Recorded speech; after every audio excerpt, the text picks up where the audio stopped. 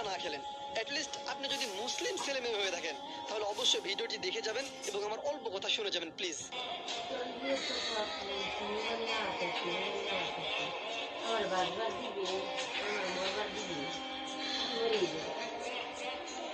নাউজুবিল্লাহ। তো আমরা যেটা দেখলাম ভিডিওতে, যারা ফ্রি ফায়ার খেলেন তারা অবশ্যই বুঝে গিয়েছে এটা ফ্রি ফায়ারের একটি স্কিন। হ্যাঁ, ব্লু ওয়াল, অর্থাৎ শত্রুর হামলা থেকে বাঁচার জন্য আমরা যে স্কিনটা বা যে ওয়ালটা সামনে ফেলি এবং শত্রুপক্ষ ওই ওয়ালের উপরে গুলি করে, এটা হচ্ছে ওই একটা স্কিন। তো এটাতে কি থিম ব্যবহার করা হয়েছে? এটি হচ্ছে একটা দেখা যাচ্ছে এটা স্পষ্ট কোরআনের একটি থিম।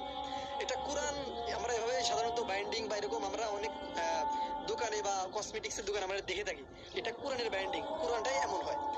কিন্তু এরা মানুষকে ধোঁকা দেওয়ার জন্য উপরে যে দুইটা মাছের ছবি দিয়ে দিয়েছে, এটা জাদুবিদ্যার একটা প্রতীক, ঠিক আছে, যে মানুষ বুঝতে না পারে, মানুষ যেন বুঝতে না পারে, এই জন্য সরাসরি সাংঘর্ষিক না হয় এই জন্য এটা দিয়েছে। এটা কোরআন।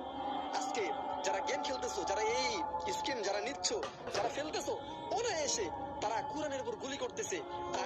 তুমি চাইলেও কোরআনে গুলি করতে হবে, তুমি না চাইলেও গুলি করতে হবে। তোমার মাথা ঠিক থাকে না, তুমি যখন গেম খেলো না তোমার মাথা ঠিক থাকে না, তুমি এসে এই স্কিনের উপর গুলি করতেছো, তুমি কোরআনের উপর গুলি করতেছো, তুমি মুসলিম উম্মার হাড়ের উপরে তুমি গুলি করতেছো। আরে আজকে যদি তোমাকে বলা হয় তুমি এই স্কুলের একটা বইয়ের উপরে তুমি গুলি করো,